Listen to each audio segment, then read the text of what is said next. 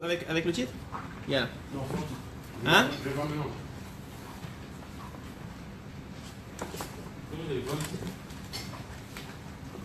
Le téléphone il est là. Non, le tien. Ok, là, tiens. Allez, vas-y.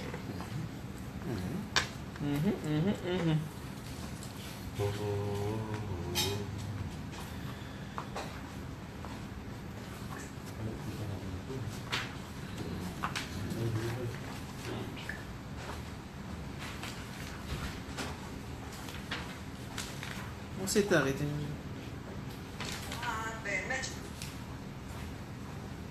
Yalla, on lance? Ruben, tu es prêt? Ouais. Tu as mis le titre? Je peux mettre. Vas-y. Ah, parce que tu peux avoir accès tous les deux. Ok, c'est bon, on lance. Ah, mais le rap, il commence en cours à 20h30. C'est-à-dire dans un quart d'heure. Alors on y va. Et là, on commence. 10 minutes, tu peux manger. On commence maintenant, regarde. Non, mais alors, à Paris, en principe, ils sont toujours en retard. Ah, il est à Paris, hein? Il y a Paname, tu vois bien à Torre Eiffel et tout. Bon, là, ils ont mis la Torre Eiffel à Asdod. Ça tourne. Quoi ça? Il a lancé déjà? Bien sûr. Mais pourquoi tu me dis pas des choses comme ça? Je t'ai dit tout à l'heure. Ruben. Enlève les Ruben, tu vas me rendre fou. Eh, ils vont comprendre, ils vont dire les mots. Vas-y. Non, enlève les Ruben là, c'est Rêve top. il va me rendre fou, c'est la faute de Ruben, désolé. Hein. Erev Tov. Rêve top. Erev Tov à tous. אני מקשר לעצמי לרבנו הקדוש, צדיק יסוד עולם נחל נובע מקור חוכמה, רבנו רבי נחמן. Ok, on commence. Erev Tov à tous. On va commencer on va suivre. On a commencé la dernière fois le 11e conte de Rabbeinu Akadosh qui s'appelle Les Fils échangés. Et on avait déjà établi quelques notions importantes sur ce conte-là. Et on va continuer avec Hashem et Siata d'Ishmaya avec l'aide d'Akadosh Baruch Hu, de développer les notions qui sont dans les contenus cachés dans ce conte pour toucher le matok ou vache comme on essaie de faire d'habitude de la Torah de Rabbeinu Akadosh, de Rabbi Nachman de Breslev. Que ces paroles de Torah soient Léon Nishmat, Noam Ephraim Ben Rachel, excusez-moi, qui soit la Refoua Shelema de Rivka Bat Esther et Saslacha, la Refoua Shelema de Mordechai Ben Ah, Yeshua. Yeshua, Bracha Aslacha pour Abraham Sebag et son compagnon de travail. Le schéma de Yehuda Ben Eliyahu. Ah, la fois Shelema de Yehuda Ben Eliyahu. Et tous ceux qui pensent, ils pensent, Bezrat Hashem, chacun de son côté, pour tout le monde. Voilà, pour toi, Israël, qu'il n'y ait que des bonnes nouvelles, qu'il n'y ait que du shalom entre nous, qu'il n'y ait plus de disputes, plus d'histoires, plus de problèmes, plus d'épreuves, plus de difficultés, plus de coups bas. Le thème? Hein? C'est quoi le thème? Ah, le thème du cours, le thème ça va être, donc on va continuer le conte de Rabbeinu Akadosh sur les fils échangés. On avait dit que Rabbeinu il dévoile qu'il y avait un roi, qui était Akadosh Baruch Hu. On va aller très vite sur les explications qu'on a vues déjà au premier cours. Le roi c'est Akadosh Baruch Hu, qu'il avait donc un royaume. Le royaume, on avait défini, mais on peut le définir de différentes façons, mais on avait choisi de le définir comme le cœur de l'homme, comme l'homme lui-même. C'est le royaume d'Akadosh Baruch Hu, c'est Hachem, il a demandé à l'homme de le faire résider en lui. Et une fois qu'il réside en lui, il y avait maintenant ce roi-là, il avait une reine qui s'appelle la Shrina, qui est la présence divine, la partie féminine du roi. Et cette Shrina-là, elle a enfanté un garçon. Et ce garçon-là, même si c'est féminin dans le terme commun, ce garçon-là c'était la Neshama. Ok ? Mais dans le même royaume, il y avait la servante, qui était les forces du mal, le côté négatif, qui elle aussi enfantait en même temps que la reine. Elle enfantait le corps, qui au moment de l'union sont été enfantés en même temps, puisque le corps et l'âme sont réunis au même moment dans le béten, dans le ventre de la mère. Et les deux se sont réunis ensemble pour former l'individu. Et on avait dit qu'il y avait un vrai problème, nous dit Rabbeinu Akadosh, c'est que le fils de la servante avait été échangé avec le fils du roi, et qu'à la naissance, on se soumettait au fils de la servante comme étant le fils du roi, et inversement. C'est-à-dire qu'on donnait la primauté au corps, et c'est d'ailleurs le principe des bébés, on s'occupe de leur corps, parce qu'il n'y a pas encore, ils ne parlent pas, etc. Donc c'est la nature des choses de donner la primauté au corps. mais que cette primauté-là, elle ne fait que grandir avec le temps, pour la plupart des familles, dans la plupart des familles, y compris les familles juives.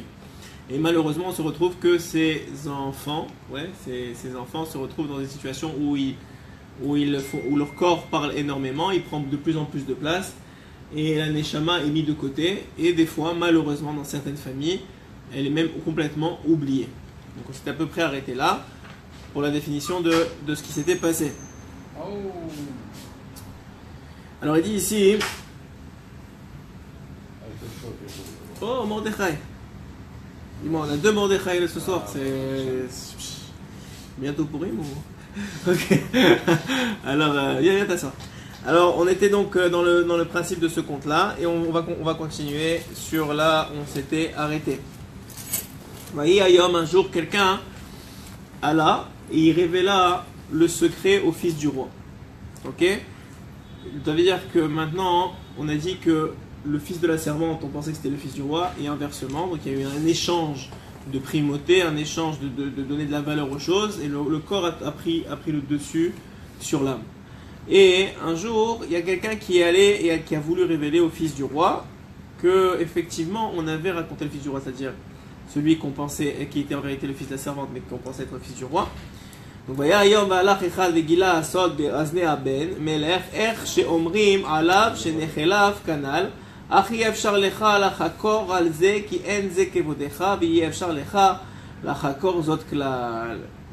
donc on a dit au fils de la servante, on va appeler le fils de la servante qui est celui qui est vraiment le corps.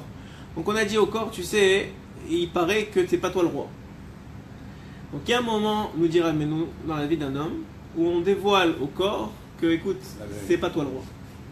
Il y a un moment dans la vie d'un homme où on commence à inculquer à l'enfant et à l'individu, des fois c'est plus tard, ça dépend des familles, mais on commence à inculquer à l'enfant que écoute, c'est pas toi qui décides dans la vie. Il y a quelque chose de plus haut que toi, il y a quelque chose de plus grand que toi, il y a une finalité plus haute que celle de la soumission du corps, de la soumission de l'individu à son corps. Et donc, se retrouve dans des situations où finalement on va dévoiler au corps que, écoute, t'es pas le roi. Il y a quelqu'un d'autre peut-être qui devrait prendre ta place. הודעתי לך זאת כי אולי יהיה קשר כנגד המלוכה ויוכל הקשר להתחזק על ידי זה כי יאמרו שהם לוקחים לעצמם הבן מלך למלך ראינו אותו שאומרים עליו שהוא הבן מלך האמיתי על כן, merci. אתה צריך לחשוב מחשבות על הבן הנ"ל להעבירו. Il lui dit, écoute, c'est pas de ton rang, maintenant que tu sais qu'il y a peut-être un autre roi, tu peux pas te mouiller. C'est-à-dire que tu peux pas faire ouvertement la recherche et te battre contre ce fils de roi-là. Parce que sinon, ça va montrer à tout le monde que tu es faible. Donc tu peux pas faire ça. Mais sache qu'il y a peut-être... Pourquoi je te dis ça? Parce qu'il y a peut-être un complot qui va se tramer un jour ou l'autre contre toi et que tu sois au courant qu'il y a un risque que tu sois détrôné. Ok? Donc, comment ça s'habille dans notre vie de tous les jours? Mais nous, il est en train de nous dévoiler qu'il y a un moment dans la vie d'un homme où son corps va être au courant que c'est pas lui le roi, et il va commencer au contraire à être de plus en plus fort. C'est-à-dire que parce que lui il sait que finalement il y a une chance qu'il soit détrôné de son trône à lui, il va prendre de plus en plus de place, et il va faire de plus en plus de demandes, et ça c'est la période de l'adolescence. La période de l'adolescence d'un homme, c'est qu'il y a un conflit. Le conflit est toujours là. Depuis la naissance jusqu'à la mort, le conflit il est toujours présent entre le corps et l'âme. Ouais. Mais il y a des phases. Et on remarque qu'à l'adolescence, le corps, il se révolte. C'est-à-dire qu'il y a une vraie puberté qui rentre en jeu. Il demande de plus en plus. Il demande de plus en plus de demandes. L'individu, il peut pas, l'adolescent en particulier, il ne peut pas s'empêcher de penser à son corps. Ouais. Pourquoi ? Parce que maintenant, c'est une phase de transition qui est extrêmement importante dans l'individu, dans la vie d'un homme. Et cette phase de transition va déterminer de beaucoup la suite des événements. Ok ? Donc, nous dira Beno, au moment de cette phase de transition-là, le corps qui a entendu que peut-être c'était pas lui le roi, ok, tu n'étais pas là au premier cours, donc il va falloir que tu suives. Mais dommage, tu vas arriver un peu avant, on a repris un peu, mais le principe c'est un conte de Rabbeinu où il y a eu deux fils, un fils de roi et un fils de servante, ils ont été échangés. Et on explique à travers une allégorie que le fils du roi c'est la Neshama et le fils de la servante c'est le corps. Okay, et donc, ce que je vous ai en train d'expliquer, c'est qu'il y a une période dans la vie où le corps est conscient qu'il n'est pas seul. Parce que jusqu'à l'adolescence, il n'y a que du Yetzirah, il n'y a pas de Yetziratov, malgré qu'il y a une âme et qu'elle veut s'exprimer. Elle n'a pas de moyen de s'exprimer vraiment de façon claire. Et donc, finalement, elle est muette pendant la plupart du temps. Et finalement, on se retrouve dans une situation où l'enfant, on ne lui demande pas, hein, ce que je vous ai dit de ne pas faire d'ailleurs en tant que parent, c'est qu'on ne lui demande pas d'exprimer son âme. Quand il est jeune, c'est un enfant, c'est un enfant, c'est un enfant. Alors que c'est une erreur, je vous l'ai expliqué la dernière fois, c'est une erreur de considérer que l'enfant n'a pas d'âme ou qu'il n'a pas de réalité spirituelle propre. Et au contraire, il faut développer et aiguiser sa réalité spirituelle dès son plus jeune âge. Ouais, parce que son âme, elle est très vieille. Donc ça, il faut être conscient et ne pas dire. Pour ce qui est de la matérialité, des jeux, tout ce que tu veux, c'est un enfant, c'est normal. Il fait des bêtises, c'est normal. Mais pour ce qui est de sa spiritualité, il faut l'aiguiser et faire ressortir le maximum de spiritualité et lui donner le maximum de crédit. Okay, et on le voit d'ailleurs dans nos générations, on arrive dans les fins des générations, on voit que les enfants sont de plus en plus, ils captent de plus en plus, tu ne peux pas parler en leur présence, c'est-à-dire si tu ne veux pas qu'ils entendent ou qu'ils comprennent, parce qu'ils comprennent tout de suite ce qu'ils sont en train de te dire, et tu ne peux plus rien leur cacher aux enfants, parce qu'ils ont une intelligence très très très fine, et en tout cas intellectuelle très très fine, qui est compensée malheureusement par une intelligence émotionnelle de plus en plus difficile à gérer. Ouais. L'âme d'un enfant et l'âme d'un adulte a le même niveau ou c'est évolutif? Elle a le même niveau. L'âme d'un enfant. C'est pas évolutif. Non. Nous dit Srazal dans le Zohar, c'est une très bonne question que tu poses. Nous dit Srazal dans le Zohar, la question de Mordechai c'est est-ce que l'âme d'un enfant et l'âme d'un adulte est la même? La question, le Zohar nous dit que l'âme descend dans l'individu à différentes périodes. Ok, c'est du sod à différentes périodes. La plupart, le nefesh, c'est-à-dire la partie la plus basse de l'âme, descend dès la conception. Pendant la création de l'individu dans l'intérieur du ventre de sa mère, il y a une complétion de l'âme en même temps que la complétion du corps. Et ensuite de ça, au moment de la Brit Mila, descend les dernières parties d'âme, qui sont les parties juives, qui ne sont pas chez les Goïm, qui s'appellent Chaya Yachida, qui sont les deux parties au-dessus. C'est pour ça que quand vous, par exemple, quand vous cherchez à savoir si vous êtes intéressé par l'astrologie, on va dire, ouais, qui n'est pas tellement recommandé, mais qui existe dans la Torah, alors c'est pas seulement suffisant de savoir quand est-ce que vous êtes né, c'est aussi important de savoir quand est-ce que c'était votre Brit Mila. Pourquoi? Parce que ça a une influence sur qui vous êtes. C'est-à-dire que vous avez un mois comme moi par exemple. Moi je suis né en Iyar, mais ma Brit Mila c'était Rosh Chodesh Sivan. Donc ça veut dire que Rosh Chodesh Sivan c'est le mois du nom de la Torah, bon Hachem, j'étais zoré, mais ça veut dire que ça a une influence sur qui je suis. Ok? Et plus tu fais tchouva, plus tu dévoiles ta partie haute de l'âme, donc plus tu dévoiles le moi qui correspond à ta Brit Mila. Okay, c'est quelque chose que les gens ne savent pas forcément. C'est qu'il y a beaucoup de concepts qui rentrent dans l'astrologie qui ne sont pas forcément nécessaires à comprendre notre vie de tous les jours, parce qu'on est les Mala Minateva, le juif il est au-dessus des astres, mais il n'empêche qu'il y a une prédisposition qui est évidente, et le Rav il a fait plusieurs cours sur le sujet, qui sont d'ailleurs très intéressants. Et donc c'est sûr qu'il y a une prédisposition, mais cette prédisposition pour le juif, elle ne se limite pas à la naissance, puisque l'âme n'est pas complétée à la naissance, et elle est complétée au moment de la Brit Mila. Ok? Je connais une personne, un ami à moi, dont la Brit Mila était le même jour que la Youla d'un grand sadique, et on voit qu'il a comme ça, il est très attaché à lui, etc. On voit qu'il y a des correspondances comme ça qui arrivent, et c'est très intéressant de savoir quand est-ce que la Brit Mila a eu lieu. Et souvent, et des fois, elle n'arrive pas dans le même mois. Et ça définit aussi l'individu. Ok? Bon, ça c'est au niveau de l'âme. Maintenant, par contre, une fois que la Brit Mila est passée, votre âme c'est votre âme. Ok? Maintenant, ce qui va déterminer qu'on la voit plus ou qu'on la voit moins, c'est l'importance que vous lui donnez. Plus elle brille, ou moins elle brille. Mais elle est toujours là. Et c'est la même. Et c'est-à-dire que si vous donnez à un enfant la capacité de briller son âme, elle va briller comme un adulte. Elle va prendre beaucoup de place. Ok? Maintenant, c'est pas ce qu'il faut essayer de faire, c'est justement lui donner cette place-là et ne pas le rabaisser à ce niveau-là. Bon, c'est qu'un enfant, c'est qu'un enfant. Ok? Donc en fait, l'âme, c'est le potentiel de l'homme. Ouais, c'est le potentiel divin de l'homme, c'est ça l'âme. C'est le moteur de la voiture. Quand je l'avais expliqué déjà dans un autre cours, l'âme, c'est le moteur de la voiture. Le corps, c'est la carrosserie. L'homme, c'est le conducteur. C'est comme ça que ça marche. Ok? Donc ça, c'est au niveau de comment ça fonctionne. Mais ici, de ce que je vous ai dit, il y a donc tout le temps une sorte de combat permanent entre l'âme et le corps, et l'individu est entre les deux. Ok? Et ensuite de ça, donc l'adolescence, c'est, nous dit Rabbeinu, vous voyez, c'est incroyable, parce que moi je vous le dis comme ça, mais il faut que vous compreniez que ce qu'on est en train de faire ici, on décortique des concepts extrêmement profonds chez l'individu, comment il se comporte, pourquoi il se comporte comme ça. En vérité, tout est contenu dedans. Ce que je vous dis ici, c'est qu'il est en train d'expliquer pourquoi un adolescent c'est un adolescent. Pourquoi un adolescent c'est un adolescent? Parce que son corps, il réalise qu'il y a une âme, et il ne veut pas la laisser agir. Donc il prend énormément de place, les boutons ils sortent, les problèmes, la puberté, l'envie, enfin l'attirance féminine qui est nouvelle, tout ça, ça vient d'un coup, particulièrement à ce moment-là, parce que le corps veut cacher, tu n'as pas d'âme, oublie que tu as une âme, ne crois pas que tu as une âme, tu n'as pas d'âme. Ok? C'est ce qu'il est en train d'expliquer, il est en train d'expliquer comment ça marche à l'intérieur de l'individu. Ce qui est complètement extraordinaire, moi je trouve en tout cas. Ok?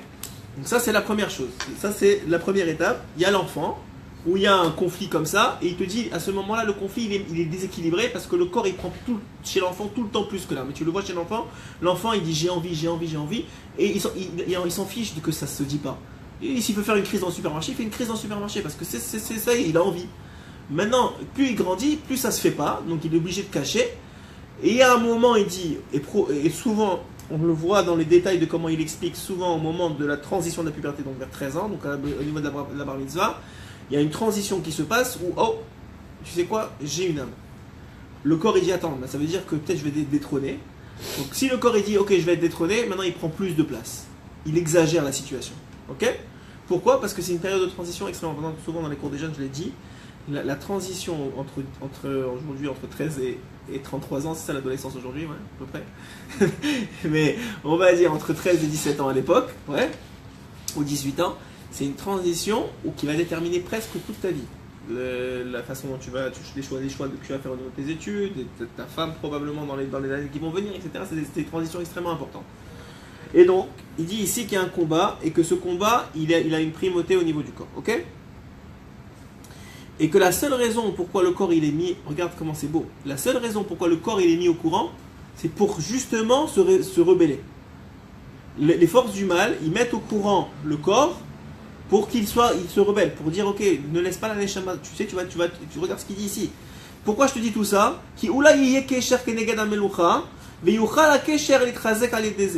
Peut-être que Béhémet c'est pas le roi et il y a quelqu'un qui va prendre ta place. Donc tu vois que tout le but, le but des forces négatives, c'est que le corps il prenne c'est lui le dirigeant.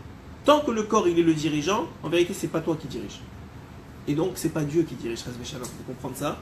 Mais c'est une façon pour toi d'inhiber Dieu en toi. Tant que le corps il est celui qui dirige, c'est comme une façon d'inhiber ta potentialité divine en toi. Ok? Kol Zehou, si vous avez des questions? Oui. C'est pareil un petit peu pour l'adulte, entre guillemets. Tu peux éteindre la clim, si qui peut suivre ses pulsions, ouais. Son physique. Bien sûr. Au détriment l'individu qui n'a pas fait de son âme. Et c'est sûr, c'est la réalité de 90% de la population juive aujourd'hui. Là, c'est pas un adolescent, c'est un adulte. Ouais, alors le combat il est différent. À un moment, il suit plus son corps que son âme. C'est sûr. Alors on a dit la dernière fois que non seulement il suit plus son corps que son âme, mais maintenant qu'il est adulte, il peut plus montrer qu'il suit plus son corps que son âme parce que ça se fait pas, c'est pas dans les normes. Donc il a justifié le fait que le corps est au centre par le fait que c'est devenu normal dans la société.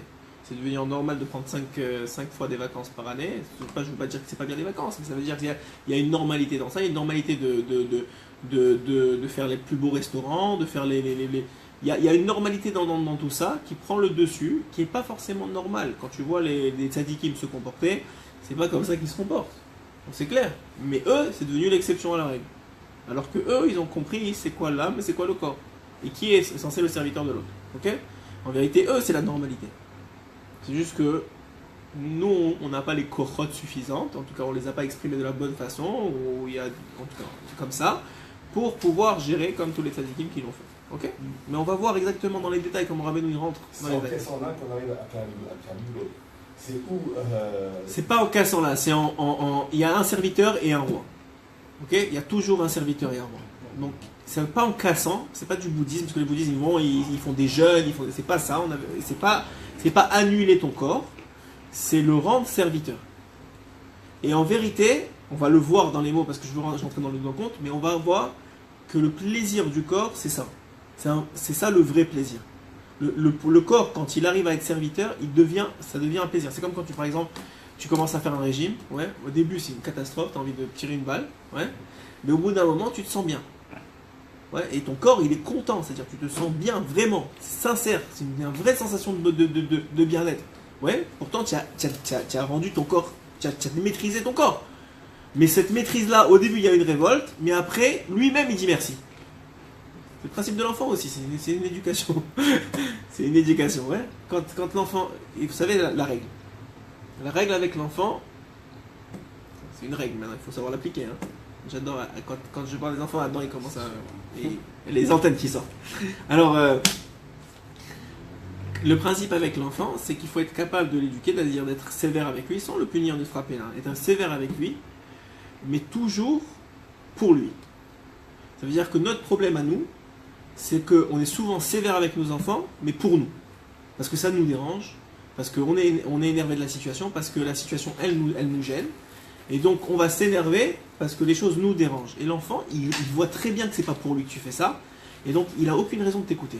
Et même s'il t'écoute parce qu'il a peur au début, au bout d'un moment, il va se moquer de toi. Pourquoi ? Parce qu'il voit très très bien que la raison pour laquelle tu t'énerves et tu cries, etc., c'est pas pour lui, c'est pour toi. Mais si tu es sévère avec lui, mais qu'il sait que c'est pour lui, il va te respecter plus que... Il va vraiment presque te vénérer. Il y a une sensation de respect profond que tu t'énerves, mais c'est pas pour toi, c'est pour moi. En d'autres termes, si tu montres à ton enfant que tu sais pas gérer tes émotions, alors pourquoi tu veux que lui fasse l'effort de gérer les siennes ? Exactement. Je savais qu'Adam il allait comprendre le message. Donc Adam il a dit, si tu montres à ton enfant que tu sais pas toi-même gérer tes émotions, pourquoi tu veux de lui demander à lui de gérer les siennes ? C'est le principe de l'exemple, c'est évident. Mais c'est plus fin que ça. C'est pour ça que Chazal ils te disent quand tu t'énerves avec ton enfant, je te dis c'est difficile à appliquer, mais bon au moins chaque fois que quelqu'un il me dit c'est difficile à appliquer ou c'est de l'utopie, moi je lui donne toujours cet exemple-là. Tu prends deux personnes qui sont, on va dire qu'ils ont de l'embonpoint, ouais. Tu prends deux personnes qui ont de l'embonpoint. Il y en a un, tu lui as dit, tu sais quoi, il est venu chez le médecin ou il a eu une consultation, il sait qu'il a de l'embonpoint. Et l'autre, il n'a aucune idée qu'il a de l'embonpoint. C'est lequel des deux qui est plus proche de la guérison ? Celui qui sait. Même s'il n'a pas commencé le médicament, il n'a pas commencé, mais au moins il est conscient qu'il y a un problème. L'autre, il te dit non, mais il n'y a pas de problème, tout va bien, il continue à grossir. Enfin, grossir, c'est un exemple, mais c'est la même chose pour les caries dans la bouche, c'est la même chose pour tout le reste. Ça veut dire que le principe, c'est quoi ? C'est que le gars, il n'est pas au courant. Donc, le principe de la Torah, c'est de te mettre au courant, déjà. C'est une première base. C'est de te mettre au courant d'une vérité absolue qui existe et qui n'est pas forcément répandue dans le monde. Ok ? Bon, Hachem aujourd'hui avec Internet, ça devient, mais c'est pas forcément répandu dans le monde. Donc, c'est le principe de la Torah. C'est pas seulement de dire, écoute, c'est une utopie, c'est une autre génération. C'est pas d'une autre génération. C'est une vérité qui reste absolue de toutes les générations, qui est peut-être plus difficile à atteindre aujourd'hui. C'est vrai, c'est sûrement vrai, mais ça n'empêche pas que c'est une vérité. Le vrai problème du Yetzer Hara, on s'éloigne un peu, mais on va revenir. Le vrai problème du Yetzer Hara, c'est de te dire, et je le dis souvent, c'est de dire, puisque je suis pas capable, donc c'est pas vrai.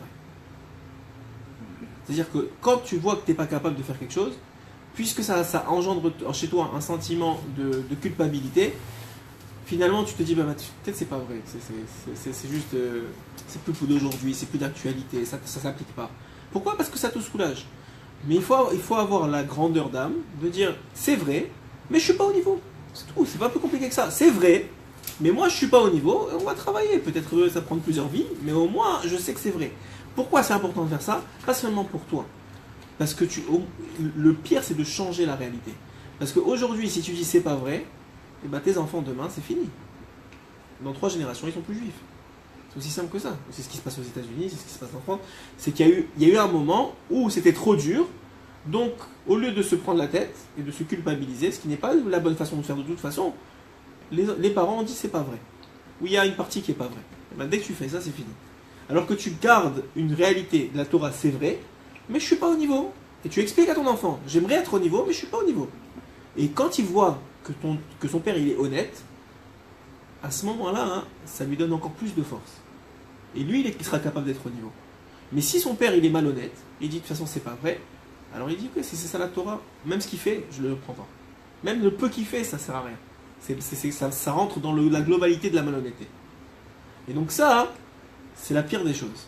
C'est la pire des choses à faire vis-à-vis de nous-mêmes et vis-à-vis de nos enfants. Il faut être honnête avec la réalité, même quand tu fais une bêtise. Faire peu, mais sincèrement. Je veux dire, c'est le rabbi de Ligetz. Comment il s'appelle? Chaim de Ligetz? Je ne me rappelle plus. J'ai un blanc.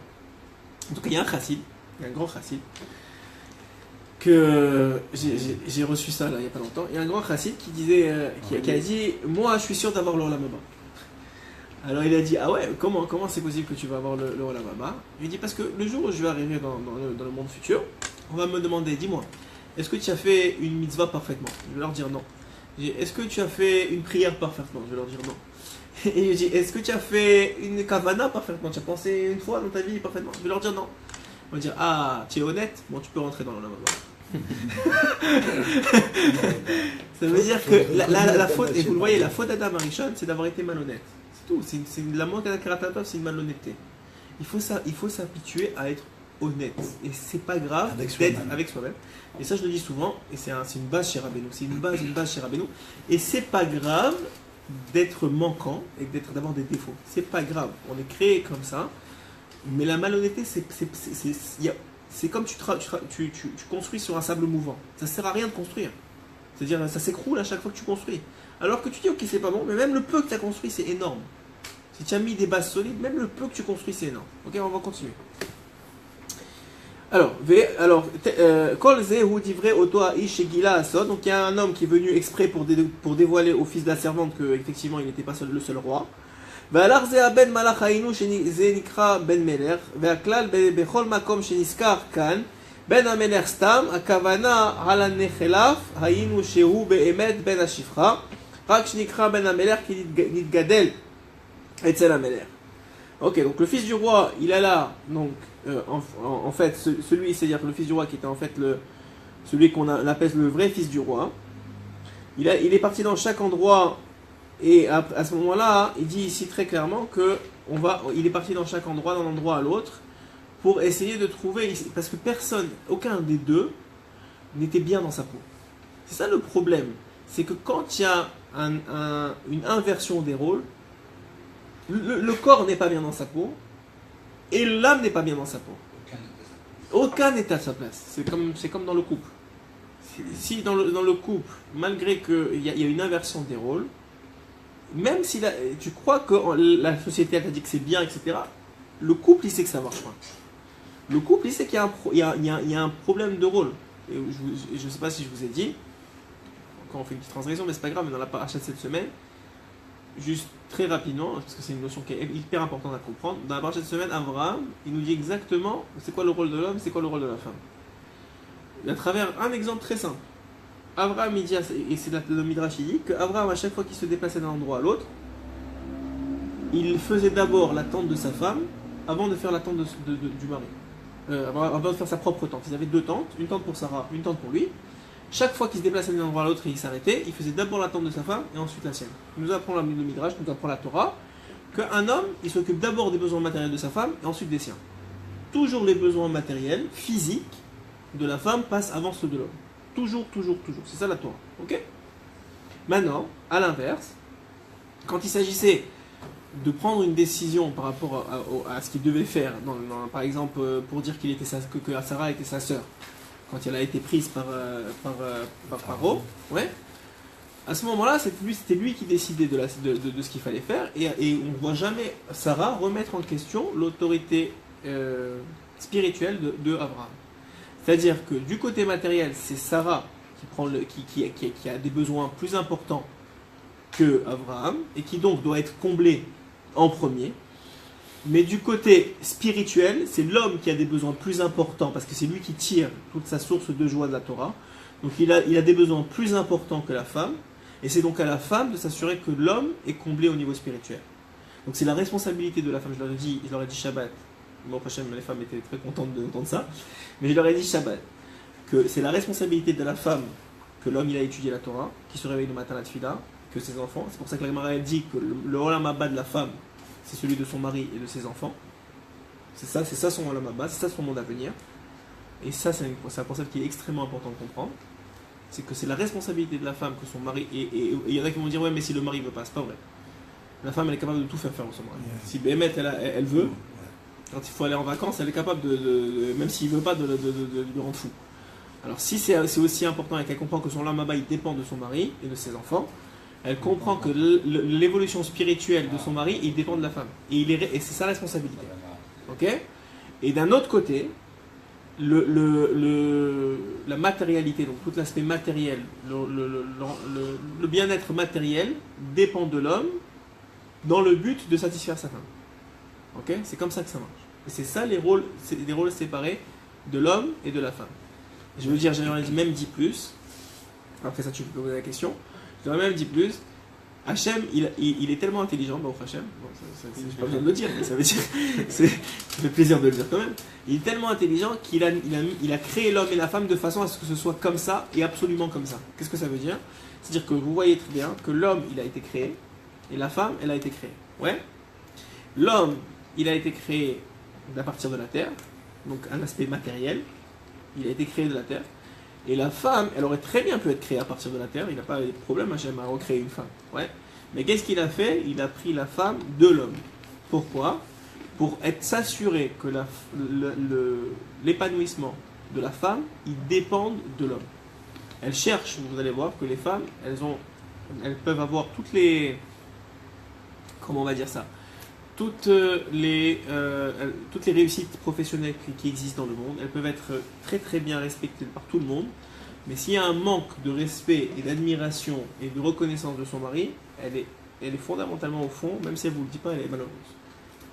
Parce que Hachem a fait en sorte que sa vitalité elle vient de son mari. Et Rabbeinu il dit très clairement que la joie de la femme c'est son mari.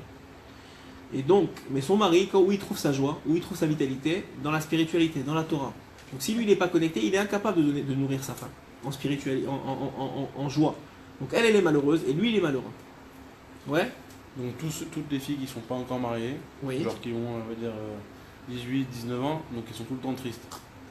La femme, Rabbeinu il dit que la femme elle a une tendance à être triste. D'ailleurs tu le vois, elle est plus angoissée, elle a besoin de plus de rassurer beaucoup plus Alors souvent. comment elles font, les filles genre, qui n'ont pas l'âge de se marier, comment elles font pour se rassurer et tout ça? J'imagine que le besoin il n'est pas aussi grand. C'est qu'avant, c'est Avant de se marier. D'ailleurs, à un moment, ça devient une obsession. Qu'avant de se marier. Bon, Hachem. Mais pourquoi ça? Parce que, en vérité, ce qui est caché dans ça, c'est loin un peu du sujet, mais c'est pas grave. Ce qui est caché dans ça, c'est que si c'était pas fait comme ça, la femme, elle est capable de vivre sans l'homme. Ouais. La femme est capable de vivre sans l'homme. La seule chose que Hachem il a fait, c'est qu'elle est dépendante émotionnellement de son mari. Et donc, elle est attachée à lui. Puisque sa vitalité, elle vient de lui. Et pourquoi il a fait ça Hachem? Parce que l'homme, il a besoin de la femme. Pour grandir et pour s'épanouir et pour faire ce qu'il a à faire dans ce monde. Ouais. Ils ont besoin de reconnaissance. Et ils ont besoin énormément de reconnaissance. Le secret de la femme, tu n'es pas encore marié, je te dis. Si tu veux être heureux en Shalom Bayit, c'est énormément de reconnaissance, d'appréciation de chaque chose qui est faite. Si elle a ça, une femme, elle est capable de te retourner le monde entier. Si elle a de la reconnaissance et de l'appréciation de son mari, elle est capable de te... Alors qu'un homme, même avec la reconnaissance, ces trucs, ça va pas très loin. Parce que la femme, elle peut faire évoluer la nature de l'homme, dans le sens spirituel, Bien sûr. le faire évoluer, et dans l'autre sens, Alors c'est spirituel, et dans l'autre sens, possible. matériel. Dans le sens quoi? Dans l'autre sens, est-ce que l'homme est capable de faire évoluer Alors, la nature ou de modifier la nature? c'est un vase communicant qui commence par au niveau spirituel, je sais plus que la question c'est spirituel, c'est un vase communicant selon les sages qui commence par la femme, qui se transmet à l'homme Ouais. et qui est redistribué chez la femme. Ça veut dire quoi? Ça veut dire que la femme est L'homme un peut moteur renvoyer ça. normalement et une motivation pour l'homme de se réveiller le matin à Netz, d'étudier la Torah, etc. Et quand il est valorisé dans ce domaine-là et qu'elle comprend la valeur de la Torah, etc. Et en plus c'est elle qui s'occupe de tout le système qui permet que l'homme puisse étudier. Donc c'est elle qui permet ça. Mais une fois que l'homme il est vraiment rempli de Torah, il redéverse sur sa femme obligatoirement, et la vitalité de la femme, elle vient de ça. Toute la vitalité, elle vient de la Torah. Le monde, il a été créé à partir de la Torah. Donc, quel que soit ce qui existe, ouais, par exemple, si un arbre, il existe, c'est parce qu'il s'appelle Haetz, et qu'il y a le Aïn et le Tzadi qui ont été mis ensemble, et cette vitalité-là lui donne de la vie. Ok? Donc ça, c'est vrai dans chaque chose, mais en particulier dans l'homme et la femme. Ok? Je ne veux pas trop m'éloigner parce que c'est un sujet en soi. Je ne sais même pas pourquoi on est arrivé là, mais bon, c'est pas grave. Alors il dit, Vitri ligrom, la vie aben, Asher behemet ou aviv. Le fils du roi, il se mit, qu'est-ce qu'il a fait, donc, ce fils de la servante là?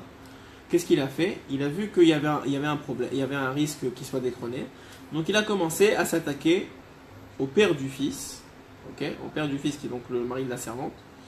Il est parti s'attaquer à lui et aussi s'est attaqué au fils lui-même. Il a commencé à le harceler de difficultés. Et ça, c'est la période, comme je vous dis, d'adolescence où il y a un vrai combat, un vrai combat entre le corps et l'âme. Et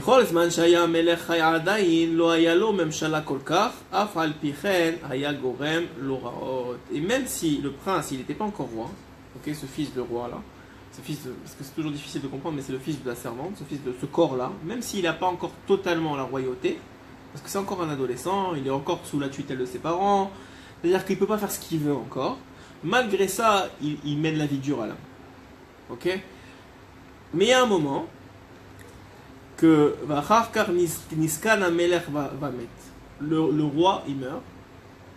Le roi, ça va être Akadosh Baruch Hu, comme on a dit, qui meurt. Ça ne veut pas dire qu'il meurt face à Shalom, mais ça veut dire qu'il n'a plus de place dans sa vie. Pourquoi? Parce que maintenant il n'est plus adolescent, il est adulte. Il fait le choix de ne plus laisser la place. Et vous savez que Hachem, je vous le dis souvent, ne prend que la place que vous lui laissez. Hachem, c'est pas un gratteux. Ok? Il ne gratte pas la place. Tu veux lui donner de la place, il va te mettre plein de bracha dans ta vie, même des fois ça s'habille en difficulté, mais c'est de la bracha pareil. Tu veux pas lui laisser la place, gère tes problèmes tout seul. C'est aussi simple que ça. Ouais. Donc si tu lui laisses la place, tant mieux. Si tu lui laisses pas la place, c'est comme s'il n'existait pas pour toi. C'est ça qu'il veut dire. Ici, c'est pas qu'il est mort vraiment, mais que, écoute, tu as fait en sorte qu'il est plus dans ta vie, c'est comme s'il était mort pour toi. Chas v'shalom. Qui a pris donc la royauté? Le corps, l'individu, l'adulte. Il a dit maintenant c'est bon, c'est le corps qui gère. Je fais ce choix là.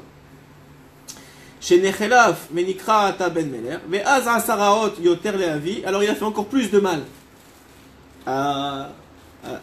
au fils du roi, qui est donc l'âme, et il lui a fait encore plus de mal, et puisque maintenant il était le roi absolu. Ok? Et ça, c'est la période adulte dont tu as parlé, où l'individu, il ne s'est pas remis en question à aucun moment, et finalement, il a suivi ses tendances, et vous allez voir que c'est de pire en pire en général. C'est-à-dire que quand on rentre dans ce genre d'engrenage-là, l'individu, il ne se pose plus de questions. Donc s'il ne se pose plus de questions, il sait qu'il y a son corps. Donc son corps, il essaie d'assouvir des désirs, et à chaque fois, il essaie de plus en plus, parce qu'il veut se sentir vivant, on dit en français, ouais. Mais pourquoi tu veux te sentir vivant? T'es vivant, tu respires, tu bois, tu manges, t'es vivant. Non, se sentir vivant, c'est frôler avec la mort. C'est ça, se sentir vivant. Se sentir vivant, c'est un sentiment de... On le voit par exemple les parachutistes ou les gens qui vont faire des sports extrêmes, etc. Ils vont rechercher le risque. Pourquoi? Parce que l'âme, elle dit il y a autre chose. Tout le temps, elle envoie des signaux. Il y a autre chose, il y a autre chose, il y a quelque chose de plus que ça. Qu'est-ce que tu fais? Il y a autre chose de plus que ça. Donc lui, il sent ça, mais il se sent mal. Il veut la faire taire. Donc qu'est-ce qu'il fait? Il frôle avec un sentiment de mort pour faire semblant qu'il y a la vie qu'il mène a une valeur. Puisque tu comprends maintenant, je survis à tous mes défis que je me suis mis. Ouais, mais je ne sais pas, celui qui fait des combats d'arts martiaux, des choses comme ça. On ne parle pas dans un cadre de sport pour servir son corps et pour justement que le corps il sert son âme, mais juste pour le corps lui-même. Et donc, ou qu'il aille faire, je sais pas moi, des sports extrêmes, on va dire. Ou même quand l'individu, il est comme dans notre génération, ou même dans notre individu, dans notre génération où il est tellement fainéant que c'est fini les sports extrêmes, même le fait d'être tout le temps après la dernière musique, après le dernier film, après tout ça, ce sentiment de toujours voir renouveler une nouveauté permanente, c'est aussi un habit pour les nuls, j'ai envie de dire, de ce sentiment-là de frôler avec la mort, même s'il est habillé très très simplement, mais c'est toujours le sentiment d'avoir un renouvellement, de donner de la valeur à la vie, parce que sa vie en vérité, elle n'a pas de valeur. Pourquoi il fait ça? Parce que sa vie en vérité, lui-même, son âme, elle le sait, elle n'a pas de valeur. Elle n'a pas de valeur, pas qu'il vit pas, il vit le gars, mais elle n'a pas de valeur parce qu'elle n'a pas de sens. Et on le remarque comment, Chazal il le dit très très bien, et Rabbeinu il le rapporte ici, c'est que comment tu sais que tu n'es pas dans le bon chemin, c'est que dès que l'individu, dès que la situation qui te fait vivre, en tout cas qui te fait exalter, qui te fait palpiter, elle s'arrête, il reste rien. C'est-à-dire que le gars, il a 10 minutes de parachute, il vient de dépenser 300 shekels sur le ciel de Natania, Ouais, pour 10 minutes de parachute, il s'est senti vivant. Et dès que c'est fini, bon, il reste une photo. C'est-à-dire que le gars, il n'y a rien qui est resté. Contrairement à ce qu'on va voir, que le sentiment de bien-être que l'âme elle apporte, ça il reste même quand le soi-disant, on va dire, je sais pas moi, la Torah qu'il a étudié, il n'est pas en train d'étudier, mais ce sentiment-là de bien-être et de Yeshuva Da'at, il reste. Ok? Et on va voir comment ça arrive. Il n'y a pas de questions sur le... C'est bon? Il y a quelqu'un qui a posé une question, ils m'ont dit ce matin, que je n'ai pas répondu, mais je vais y répondre parce que c'est une question importante qui est toujours posée. On parlait du Olam Haba, du monde futur ce matin, c'était la mort. On parlait du monde futur, il y a quelqu'un qui a dit, mais il n'y a personne qui est revenu. Ouais. Alors, premièrement, il y a beaucoup de monde qui est revenu. Qu'est-ce que ça veut dire qui est revenu? Il y a des tzadikim, mais c'est connu, le Baal Shem Tov, Baba Saleh et d'autres, qui vivaient et dans ce monde et dans le monde d'en haut. C'est-à-dire que c'était clair qu'ils vivaient en haut et en bas. Et c'est pas si loin que ça. Rabbeinu aussi, il faisait des allers-retours non-stop. Donc il savait exactement ce qui s'est passé en haut. Et la plupart de ces dévoilements, chaque fois qu'il dit, dans le côté moral, c'est écrit Da, sache, c'est une révélation qu'il a eue directement d'en haut. Donc c'est pour vous dire que c'est même pas un safek, c'est même pas un doute qu'il y a un monde, il y a un monde futur. Et d'ailleurs, tout celui qui veut se poser une vraie question et de savoir que s'il croit que c'est juste 70 ans, ce monde-ci, que Hachem il a créé tout ce système-là pour 70 ans de galère, c'est lui qui doit sauter c'est lui qui doit sauter en parachute, parce que sérieux, ça vaut pas la peine. Il faut comprendre qu'il y a un monde futur. Donc je vais juste répondre entre parenthèses parce qu'il y a une question ce matin comme ça. C'est important de répondre aux gens qui écoutent le cours parce que ils prennent le temps d'écouter, c'est déjà magnifique, au Hachem. Alors on continue.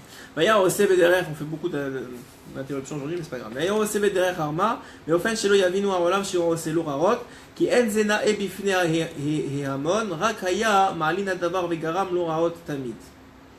Donc il dit ici que ce fils de servante, étant donné qu'il ne pouvait pas faire de mal ouvertement à l'âme, parce que tout le monde allait lui dire, allait le pointer du doigt, donc il était perfide, il était vicieux.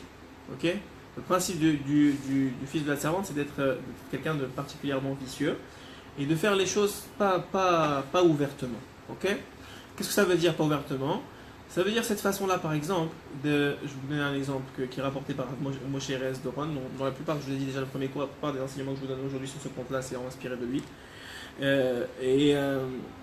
Il donne un exemple, il dit que par exemple, l'âme, le corps, quand elle va voir que l'âme, elle veut apparaître, elle veut donner, elle a comme ça un réveil quelconque, un élan.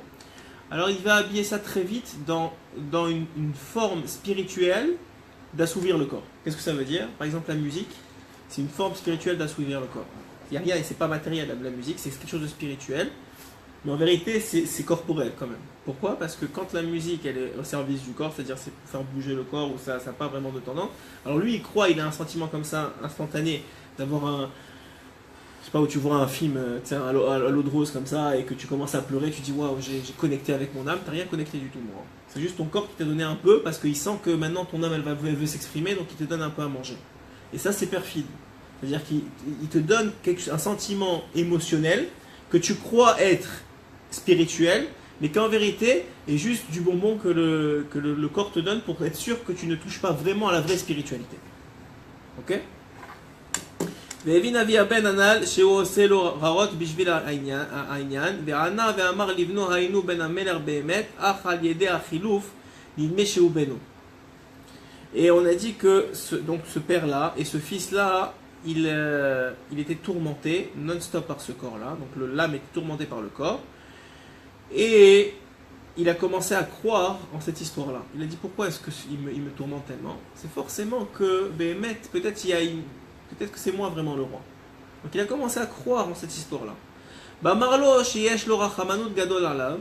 Et ce père-là, il avait beaucoup de rachmanout sur son fils, qui mima nafsha. Il lui a dit, si tu es mon fils, j'éprouve beaucoup de pitié sur toi. Et si tu es vraiment le fils du roi, alors encore plus j'ai de rachmanout sur toi. Pourquoi? Parce que tu as été trompé. Donc maintenant, il s'éveille une sorte de rachmanout, ça veut dire de bonté sur l'âme. De pitié. De miséricorde, de pitié, ouais. Sur l'âme. C'est-à-dire qu'il y a une sorte d'éveil d'en haut qu'on dit, mais regarde ce gars-là, il sait même pas qu'il a une âme. Il y a un éveil d'en haut qui a une rachamanout, une sorte de pitié sur l'individu, qui dit, tu sais quoi, il faudrait peut-être lui dire, il va passer toute sa vie, il va arriver en haut, on va lui poser des questions, il va dire, mais je suis même pas au courant, quoi, qu'est-ce qui arrive, je savais même pas qu'il y avait une bara, je savais pas c'était quoi la bara, je savais pas que ça existait la Torah. Ok, alors il y a comme une rachamanout qui se crée. והואר בעיניו הדבר מאוד, אך המלך ענה לה, הנה זה שנעשה מלך תחת אביו, כי נדמה שהוא הבן מלך מחמת החיוב, היה רובה לו בכל פעם חיצר הרעתו, זה אחר זה. Et le jeune homme maintenant, c'est-à-dire cette âme-là, elle est extrêmement affligée. Et il décide de s'enfuir et de tout abandonner, tellement il est affligé. Et ça, nous dit Rabbeinu, c'est une erreur. C'est-à-dire que l'âme, comme je vous ai dit, parce qu'elle sent qu'elle est en minorité, pas en minorité, elle est dominée. Alors elle se sent tellement mal qu'elle ne veut même pas se battre. C'est-à-dire qu'il y a un éveil d'en haut, souvent, qui arrive à un moment ou à un autre. Vous rencontrez un cousin qui est devenu religieux, vous rencontrez un ami qui vous parle de Torah, et ça vous plaît, ça vous touche. Pour les quelques minutes qu'il vous parle, vous sentez qu'il y a quelque chose qui fait du sens dans ce qu'il dit. Vous écoutez un cours de Torah, ça fait du sens, vous êtes touché, mais c'est tellement dur de se remettre en question, surtout à un certain âge peut-être, d'évoluer, de dire peut-être que je me suis trompé toute ma vie. C'est tellement dur que l'âme elle dit ok, laisse faire, je m'en vais, je me bats pas. Ok. Et Rabbeinu il dit si l'âme elle avait eu le courage de se battre à ce moment-là, elle aurait évité beaucoup de pérégrinations, je sais pas comment on dit ça en français, mais de problèmes qui va suivre dans le conte. Parce qu'on va voir que ce fils-là, il va quitter son père, il va se réfugier, il veut pas de bagarre. C'est ça le problème, c'est que l'âme, elle est tellement noble, mais c'est une mauvaise noblesse, que quand elle voit qu'elle est dominée, elle veut pas de bagarre. Et elle dit bon, si c'est comme ça, ben, laisse faire. Et qu'est-ce qui arrive? C'est que l'âme, à ce moment-là, elle se réfugie, elle aussi, dans une sorte de mal-être permanent, qui habite l'homme, qui est couvert par le corps et par les plaisirs intenses que le corps demande à chaque instant, que ce soit les nouveaux restaurants, les nouvelles musiques, les nouveaux trucs, ce que tu veux, la nouvelle voiture, ce que vous voulez. Donc c'est caché, mais il y a un mal-être permanent qui existe. Et donc, moi je vous dis, j'ai quelques amis ou même de la famille qui sont arrivés à un certain âge aujourd'hui et qui sont prêts à écouter aujourd'hui, parce que bon, moi... les gens ils savent que quand on veut me parler, on parle de Torah. Donc c'est bien, ça veut dire qu'ils viennent me parler de Torah, mais tu vois qu'ils ont une écoute, que si je leur avais parlé il y a 10 ou 15 ans, ils n'avaient pas du tout cette écoute-là. C'est-à-dire qu'ils comprennent qu'il y a une vérité, malheureusement, auquel ils sont passés à côté. Mais s'il n'est jamais trop tard, il n'est jamais trop tard. Tant qu'on est dans ce monde, il y a un moyen de revenir. Mais il y a des étapes, et plus tôt tu t'y prends, et plus c'est facile, c'est évident. Plus tôt tu t'y prends, moins tu es dans un engrenage, moins tu es encrassé, et plus c'est facile de retourner au chemin qui est indiqué par la Torah. Mais il semblerait qu'effectivement il y a eu un sorte de réveil d'en haut, et que l'âme, en général, c'est pas toujours le cas, mais en général n'a pas la force de se combattre et se laisse faire. Il y a un mal-être permanent qui commence à habiter l'individu. Ok ? Et ce mal-être-là, il se perpétue. Et il dit que tellement il se perpétue, regardez ce qu'il dit, que l'individu, il s'en va dans la boisson et dans les femmes. C'est-à-dire que l'âme, elle se soumet au corps pour faire la faute. C'est-à-dire qu'il y a un tel dégoût, il y a un abonnement, il y a un moment dans la vie d'un homme où s'il ne se bat pas, il n'utilise pas ce réveil d'en haut, il descend plus bas que s'il n'avait pas été réveillé.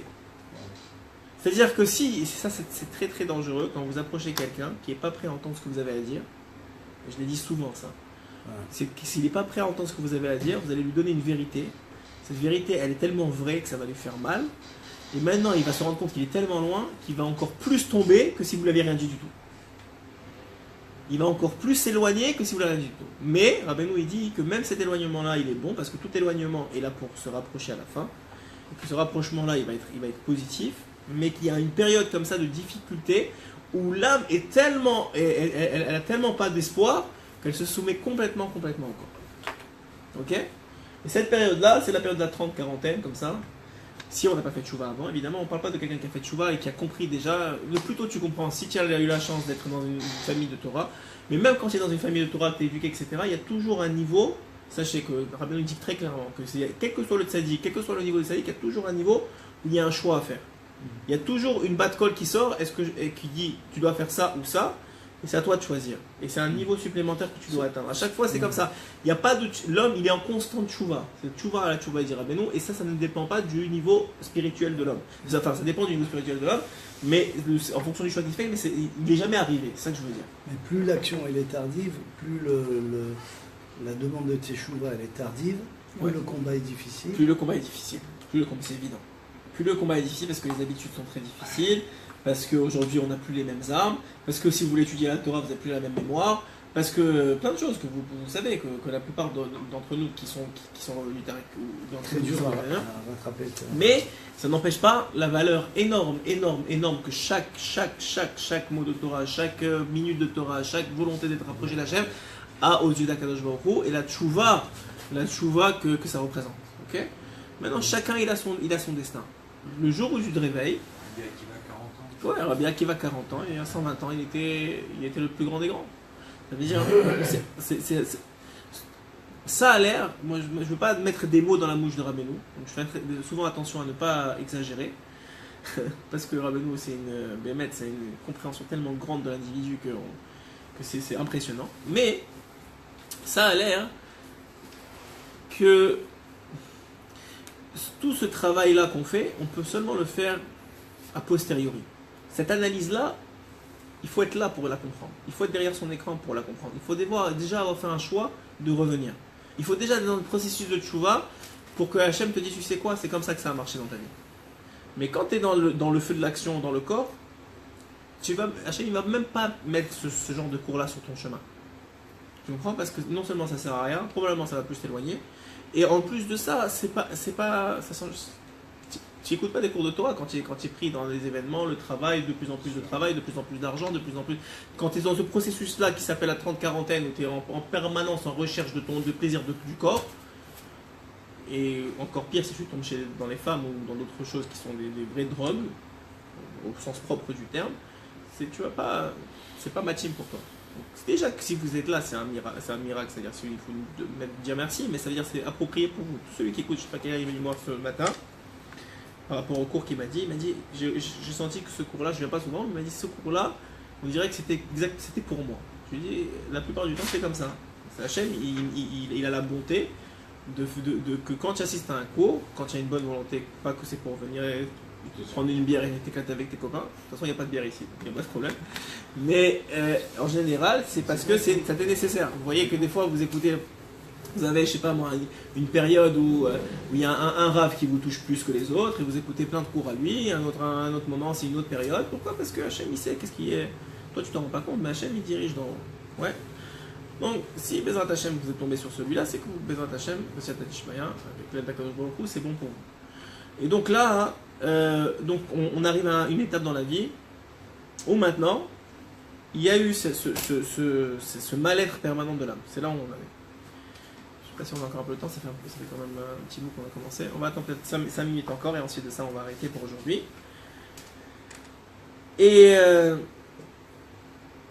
ce qui est incroyable, c'est que Vaïhi Hayom, on va s'arrêter de tout ça parce que c'est une notion, moi je trouve que ça c'est une bombe cette notion-là, écoutez bien. Vaïhi Hayom arrive un jour où le corps est déjà roi. Donc il n'y a plus de roi, il n'y a plus d'Hachem dans sa vie, et il est dans un matzav où l'âme est complètement soumise, elle l'aide à faire la faute. Donc c'est un niveau, vraiment, il sait en lui-même que ça ne va pas du tout, mais il a réussi à camoufler tout ça à travers les plaisirs quotidiens de la journée, à la recherche à laquelle il est. Ok? Venassa Amener. Mais un jour, que le roi il est dans ce perpétuelle recherche de plaisir, et qu'est-ce qu'il fait?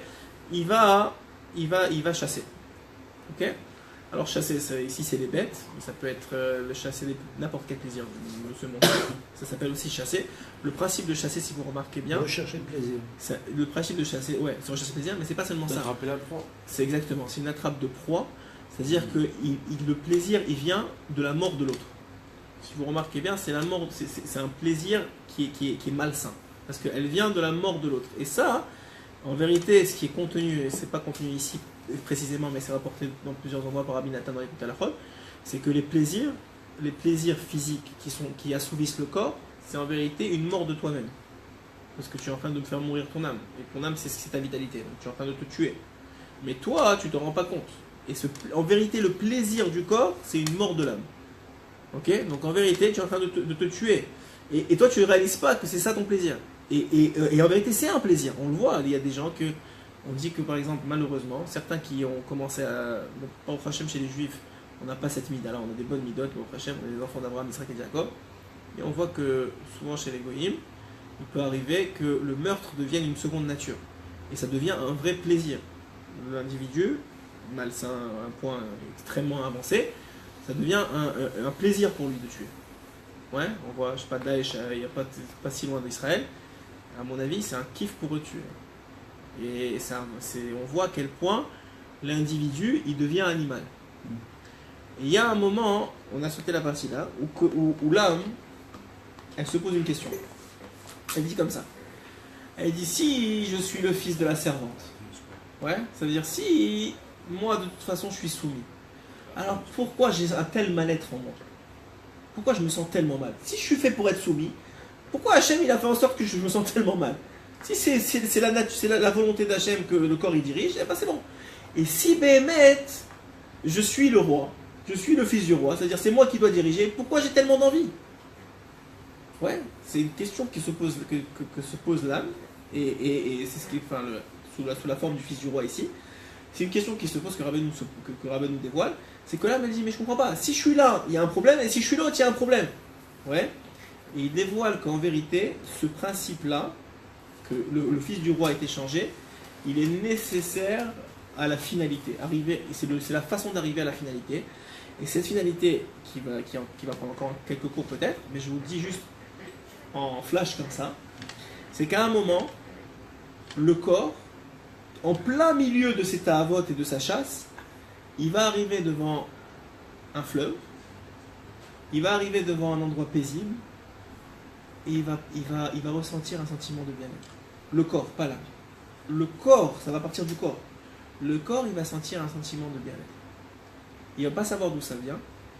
Et à partir de là, ça y est, le venin est rentré. Il est prédisposé. Il est prédisposé à laisser l'âme reprendre le dessus. Voilà, c'est ça. Il y a un moment où le corps, il sent que c'est ça la vraie. Il se sent bien. Du fait que c'est paisible, il y a Yeshuvada, attends, je ne suis pas dans les galères et tout ce que j'ai fait dans ma vie. Et il sent, il y a peut-être, c'est un instant ou quelques instants dans sa vie où il réalise, waouh, c'est ça la vérité. Et là maintenant, tout de suite, il ne peut plus vivre en tant que roi. Lui-même, il se sent plus bien en tant que roi et il va laisser l'âme prendre la place au petit à petit. On va voir au fur et à mesure du temps comment ça va avancer. Ok. Razak ou Barak.